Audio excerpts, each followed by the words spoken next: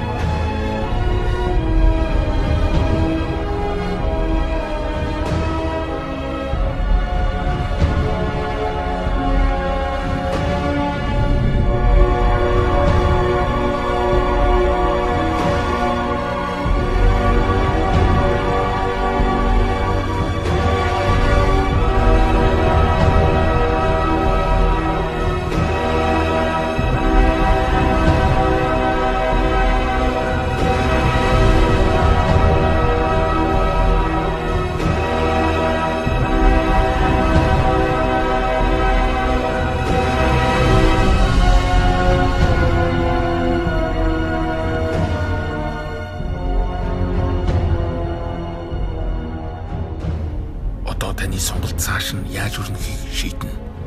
Их болтыг сонгож доктортой өсөлтийг үргэлжлүүлэх үү?